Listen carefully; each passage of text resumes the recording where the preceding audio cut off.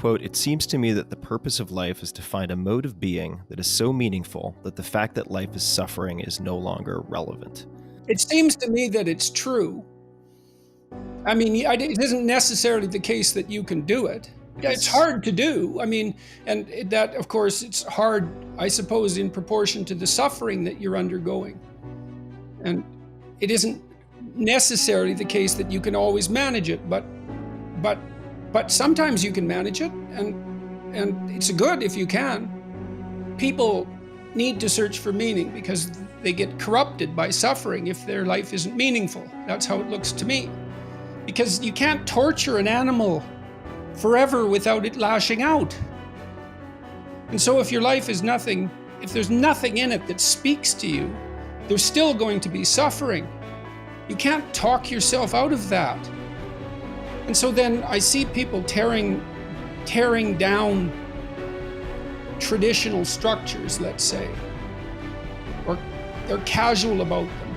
Another rule in this new book is do not casually denigrate social institutions or creative achievement. Well, why social institutions? Well, I've counseled lots of people who were lost. And so if you came to see me and I was your therapist, I'm very practical. I'd say to you, okay, well, let's look at your life for a minute. Do you have an intimate relationship? What about your family? And that could be, married with kids, or it could be the family of your birth, your siblings and your parents and so on. How's that functioning? Do you have anyone there? Do you have a job?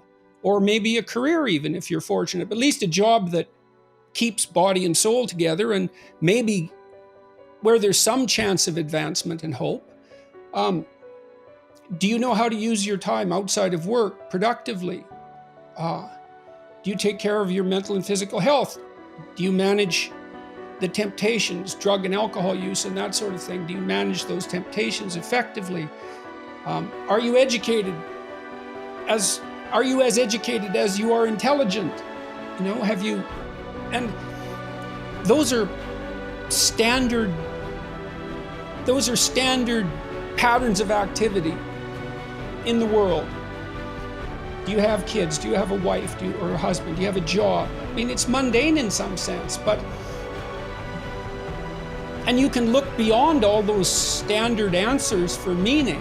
But if you're overwhelmed by life, anxious and suffering, that's a good place to start. Put that together. Why? Well, the answer to that is because that's what people do. That's what people do. That's the best we've been able to manage. And if you don't have that, because you're a human being like other human beings, you're going to suffer for it. And so attacks on that, assaults on that aren't that helpful. I see this sometimes with young people when they're talking about getting married.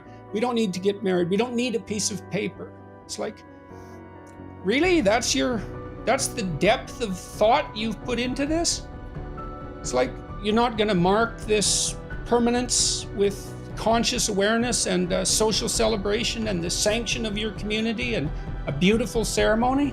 That's just nothing? You're gonna let that go?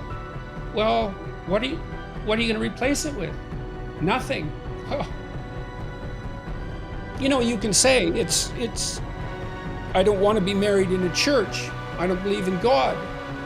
Fair enough, but good luck filling in the hole